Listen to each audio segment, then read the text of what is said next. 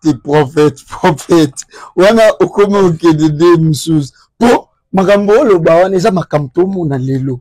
Oka moto ye banda ko prophétiser atangi kaka verset yemba moko akoti nazo mona bo. Odike tu kende pai. Batu balobeli na bomba pasteur. Balobeli yon lelo na ngana yamba prophète. Po bo asime ke bino nde penda lelo bobo église. Donc son moni prophète morobo a une église na bino. Il n'a pas prêché. Il a lu seulement les Écritures à bano prophétiser. Ça démontre malamoro qu'il n'est pas ministre. Il est de la grâce prophétique. Bato la plupart au bazar charlatan et à prophétie. Sur la neli bango bien. Bayeli prophétie, mais bayeli ne business à prophétie. Business pourquoi? Parce que lorsqu'il prophétise, il sait qu'il sera rémunéré non par Dieu, mais par la personne en face de lui. Ok. Le don est mouvoir nengi moko entre mutoza na grâce, entre mutoza na ministère. À des fois, il a la grâce, mais sa grâce est plus mouvante qu'il y a mutoza na ministère. Beaucoup de ça bon balé ba prophétiser, on dit que les frères il le prophétise avec précision. Mais il n'a pas le ministère, il a seulement la grâce.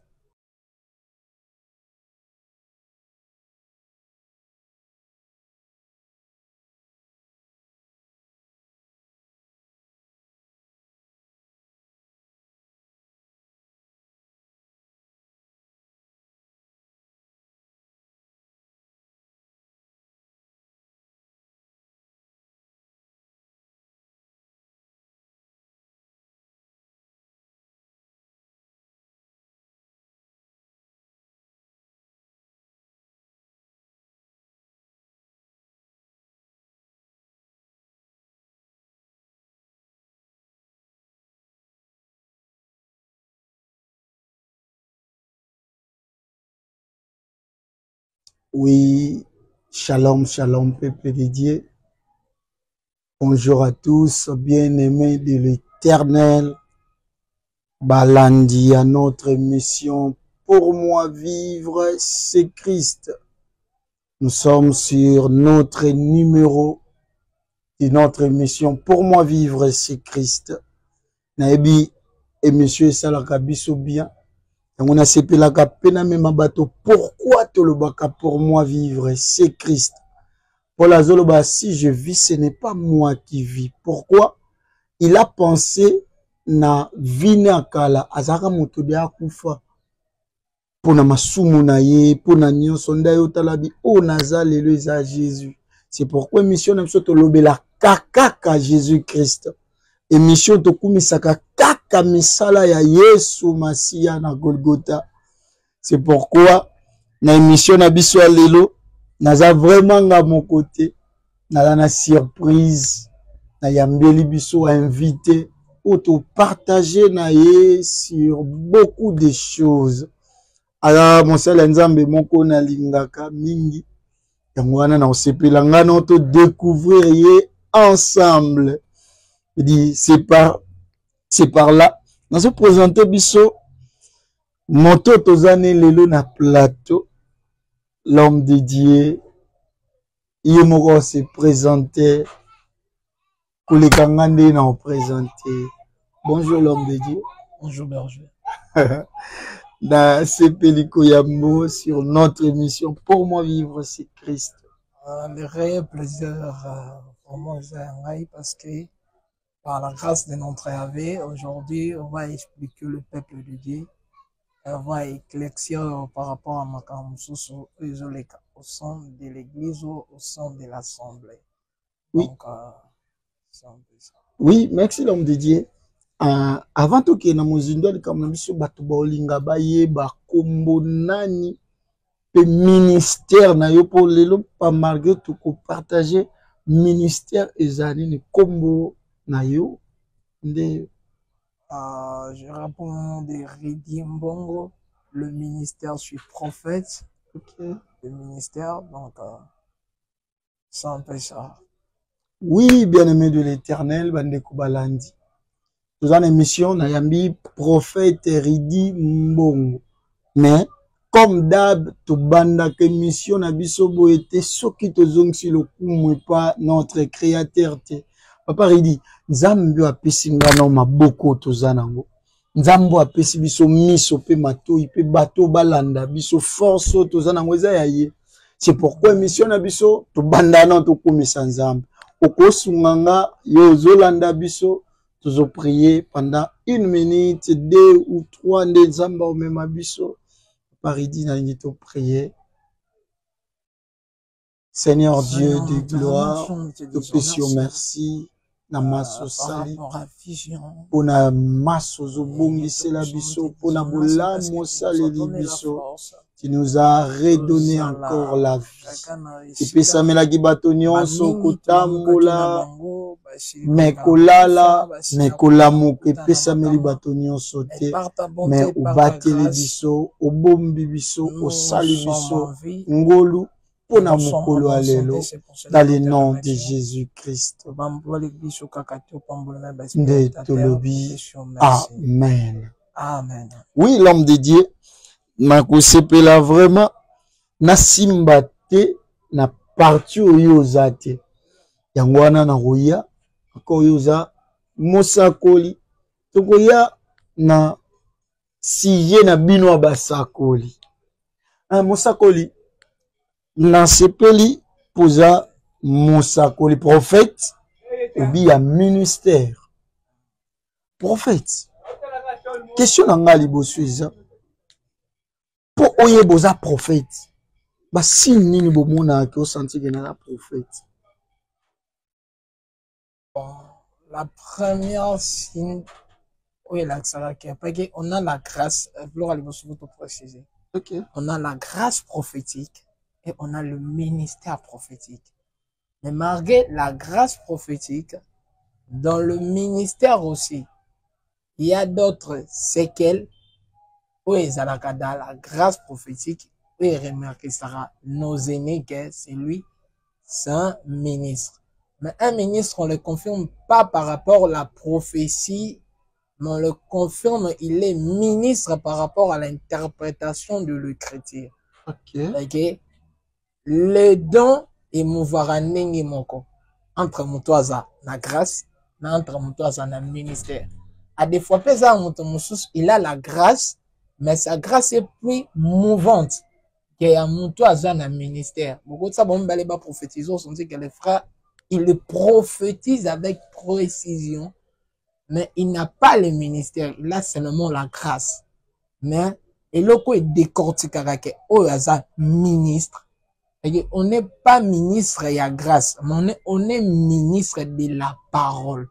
Parce que un prophète, un évangéliste, un diacre, qui que ce soit dans le ministère, te décortique, te défendre le chrétien. Donc la différence entre la grâce et un prophète, la seule chose peut démontrer que celui-ci c'est un prophète, c'est lorsqu'il interprète le chrétien.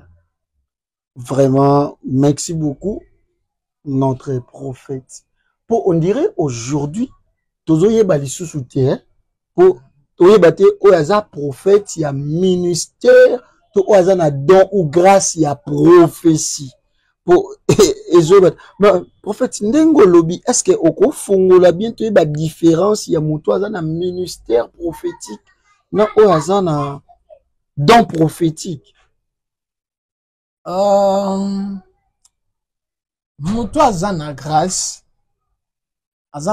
prophétique. Pendant na ça la synthèse t'es pas batonion surtout kayanga. J'ai d'autres frères qui encadrera déjà. Vous allez remarquer chez la personne il prophétise mieux. Ah, ce qui boza n'a problème en plein service, il prophétise bien. Okay. Mais lorsque vous le donnez l'écriture, lors à partage Yamatea, enseignement, vous allez remarquer que dans les langages prophétiques, il n'est pas là dans les Écritures. Okay. Mais dans la prophétie autobéni l'œuvre prophétique. Il l'a. Donc, un ministre, il y a Congo, il y a défense, admettons. Faut avoir la capacité à maîtriser qu'un ministre, ceux qui te face à Rwanda, admettons, faut que ce soit un qui boye. Les ennemis ont un accord de Christ. Donc, un ministre de la parole, faut avoir la capacité à interpréter, surtout le livre est prophétique. Faut pas sentir que sa capacité prophétique est un mouvement ou à l'ébullition, la dimension pour interpréter mieux ses écritures. Parce que, pour un peu expliquer bien le peuple de Dieu, la mouvance et écriture kakati, ne te confirme à mon tour, c'est un prophète. Il y a d'autres personnes qui consacrent au prophète, mais n'a jamais prophétisé. Ok. Mais le problème, en fait, c'est ça, il va consacrer prophète. Et c'est que langage est tout le lait, tant que vous sentez que c'est lui, c'est un prophète. Ah, si prophète. Pour pas reconnaître prophète, ils ont pour appeler ça comme prophétie trop. Ils ont salama ou comment. Mais même la Bible dit, on reconnaît un prophète par la qualité de son prophétie. Donc, c'est ligne de faire taire, on va reconnaître qu'un prophète. Mais ça ne veut pas dire si tu prophétises avec précision que tu es un prophète ministériel. C'est là où qui cause un peu la zizophémie dans l'église aujourd'hui. Okay. Tout le monde qui reçoit la grâce prophétique plutôt, il se dit que je suis prophète ou je suis ministre. Ok, l'homme de Dieu. Oui, bien, tant que ils faire penser, na comprendre. Nazala frère Moko, il a pesaka trop de prophétie à la prophète. Et à la prophète, à la frère. Oui, a pesaka ba prophétie, bah yebisa biso à la prophète, a yebisa nga za prophète to vivre mais trop onga na omoneza mamboele galelo. Na maloba no na yo comprendre mba moko eza na ba prophète ya ministère na ba prophétie ba tunsu ba prophète apia ka prophétie ya don ou grâce.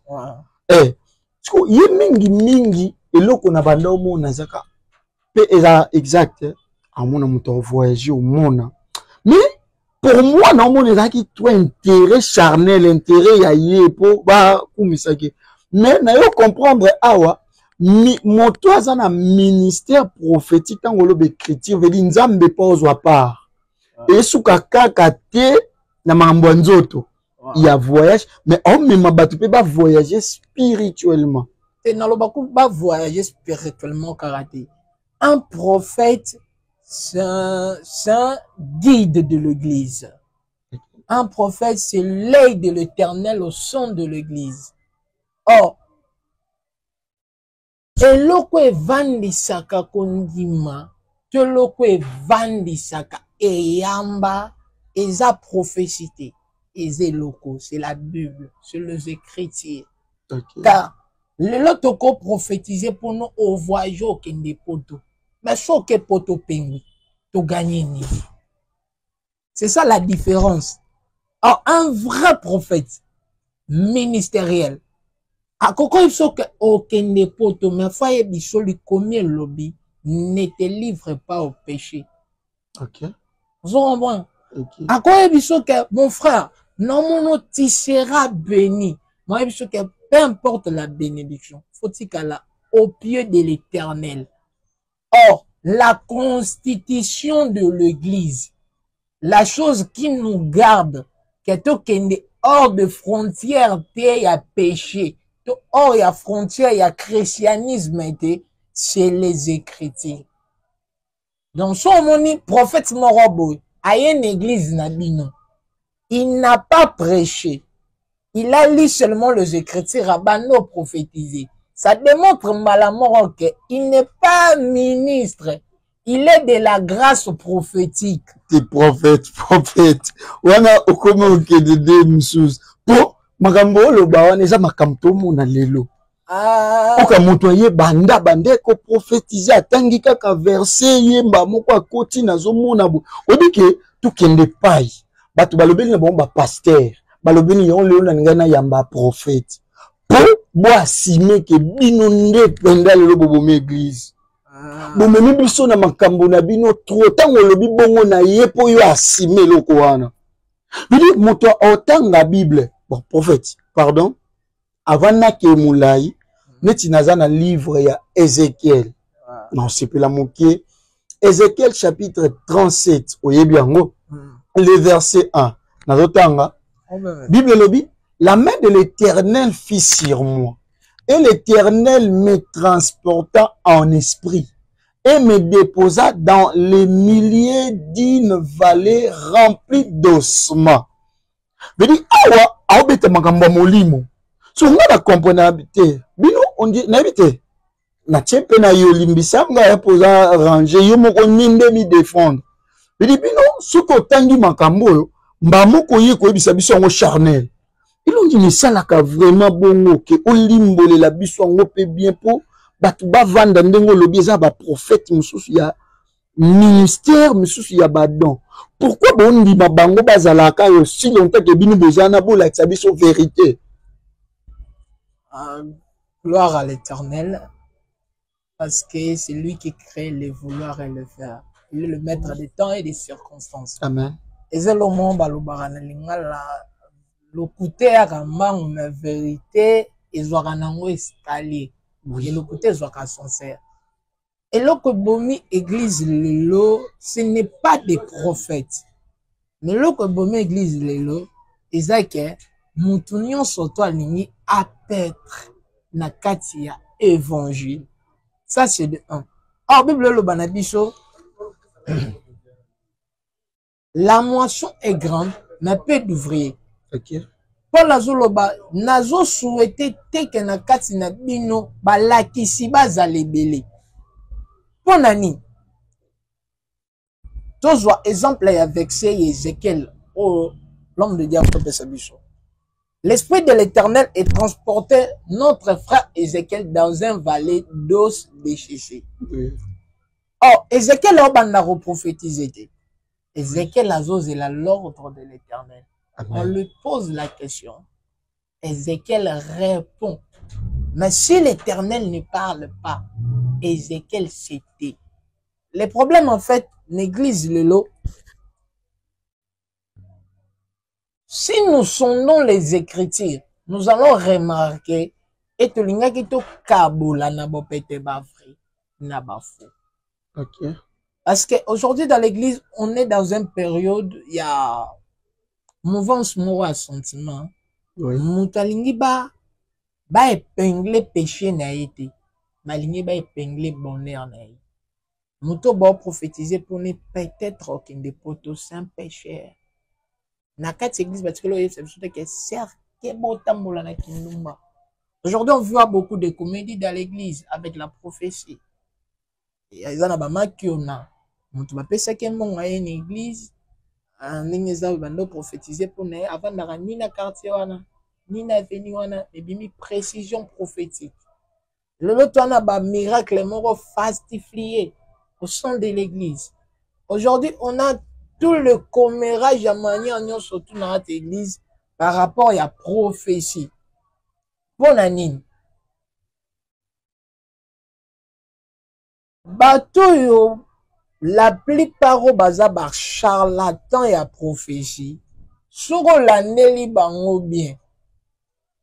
Baïli prophétie, mais baïli business à prophétie. Business pourquoi? Parce que lorsqu'il prophétise, il sait qu'il sera rémunéré non par Dieu, mais par la personne en face de lui. Donc, il cherche premièrement le côté matériaux et physique, l'argent, des voitures, des palissades. Ce sont des choses qui les attirent. Mais vous allez remarquer que ministre parce que lorsqu'on va sonder dans les Écritures, vous allez remarquer leur prophétie et ça accablant cité. Normalement, écriture le biso. Oui, l'homme de Dieu, merci. Bandeko Balandi, j'espère que tous en abino et longo. Pour moi, ma question, tous en a mouké otozo, pesa, nazo rappeler notre prophète Ridi. Ridi, aza vraiment clair. Na moment nae. Papa Ridi, nazo na makambo ntango oloba eza ba question musu na préparer te kutu ndezo matanga webi a cause ya ba makambo zoloba oyo esala ke bane belé babimi libanda a cause ya ba prophétie. Il suffit omona kaka mutu azana mapalata azandoki mwana moto msu ba traita ka e bien te mama kufa papa kufa avant de pambanda okabi ba prophète quoi soi-disant ba prophète paye ba prophétisa zandoki ye muto sala boy bidi ndiri mawelungu pa ba prophète pona mbongo pona nini papa nalingi vraiment na bandeko ba oyo kaka biso soko ko lo batana biso to sala ka bongo avant na tuna question mosusu bidi to bomona ka bana na ndoki nzamba la tsaka bana maseke ou komana nino na yeba lelo bana ka te mutu ba sibir les côtés prophétiques malhonnêtes ya mabe nde ba sibir kaka kuna ngote lelo to koloba même les mariages. On a plusieurs divorces aujourd'hui à cause de la prophétie. On a plusieurs séparations familiales à cause de la prophétie. On a le désordre dans l'église, auto-maîtrisé parfois à cause de la prophétie. On a instauré même d'autres systèmes, il y a des débauches au sein de l'église à cause de la prophétie. Donc, eza na bato mususu baye na bokoko na bango autaki nango na mboka baye nango babengi yango prophétie. Na repese exemple moko eza accablante na écriture. Paul, l'homme de Dieu, mais il y a une femme qui se dresse devant l'homme de Dieu, azo prophétiser avec précision.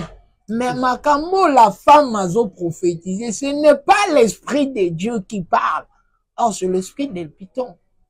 Dans l'église, tout le monde qui prophétise, ça ne veut pas dire que c'est l'esprit de Dieu. Ça, c'est la deuxième angle.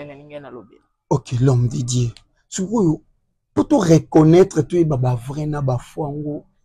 Bible le binabiso, na chaque prophétie, il faut qu'on sonde l'esprit. Ah, bino bolinga, tu vas sonder. Lelo, yo lobi mutati le melango. L'homme de Dieu. Tozonga na question na omoro te ko poser nga nanda ke o décortiquer question mais na répondre guide. Admettons te prophétiser pour na serment de que cher. Moi na no azan esprit kindoki. Est-ce ba ko benga na mutu en esprit kindoki. Lelo to mona ngo. Est-ce déjà mona mutu ba memi en hôpital. Hein? Ba memi mutu en hôpital. Azo saigner ba beti ma sa hôpital lo ba ke to soigner été. Hôpital tant so ba changer mais lelo l'église ba openga elo ko pena lingana loba balinga ke ba yebisa bango ke zaka na bisote ba retransférer ka wapi no hôpital donc ceux qui ont la capacité à délivrer moi na te na dimension sorcellerie faut-il une église au bazar na capacité à consciencer esprit wana parce que eloko ezo déranger l'enfant ce n'est pas l'enfant il est animé d'un esprit. L'esprit nous devons ça là et qu'à détruire vie ton papa, ton maman, misala. Papa. Or, aujourd'hui dans l'église, on a ce genre de personnes. Oh bah ça la ka boulot mon quoi. Et puis que nana posa na zombo ngo pa berjo bed. Fona luka bouquet misère mo on arrête à parler oh. Bouquet misère est cause à moi sinon. Bouquet misère est cause à la moana. Bouquet misère est cause à la oncle.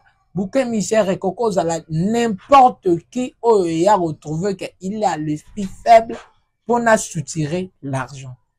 Yangwana, vous allez remarquer. Notre frère Ézéchiel, notre frère Ézéchiel, il ne prophétise pas parce qu'il est prophète. Okay. Mais il le prophétise seulement par l'ordre de l'Éternel. Papa. Soko simbi awa na oya. Comment si ko bino boko mo pesa biso ba rendez-vous en journée prophétique. Ce qui aime ce le ko le bezate encore yo tiango journée prophétique il faut lobakaka. Et ça vraiment ni au tie jour na yo o beta babiloko no ka batu pe ba kumisaka. Tango lobi boye Ézéchiel a prophétisé pourquoi? Mais si ko pourquoi le loto mona ngote journée noa no tia bato bazwa peka prophétie yondo komi nzambe unzambe akomensa la oyo lingi po awa tango olobela nga Ezekiel oke bien omona Ezekiel azoloba oyo nzambe azebise toke na koshite nali penda olimbola so tongo tomona babiloko wana tolobeza nzambe te unzambe pona bona juger pena kota vraiment wana. Et ça, la histoire, mon Rob, il y a un prophète, il a ordonné au ciel pendant 3 ans et 6 mois, et pleuvoir thé, et pleuvoir thé. Ok. Et Salama Balamo, Moko. Basili, 3 ans et 6 mois après le défi, la pluie est petite. Et les gens le battent, ceux qui ont tapé si biso rendez-vous. Moko to assisté. Que Zamba a assisté aroya ok tout d'un prophète est prophétique tout d'un prophète est prophétique ok parce que Élisée azo senga manteau ya l'homme de Dieu parce qu'il savait que ils a porteur ya la prophétie mais elle lamba or Aaron, tout le monde tant le peuple les autres doutaient, le vierge d'Aaron, c'était le bâton de Moïse au Pandagotambouana. Donc, on va remarquer que les manions surtout prophètes à Salela, ils ont prophétisé. Donc, Moutako a invité Bissou la journée moro prophétique. L'Éternel peut assister.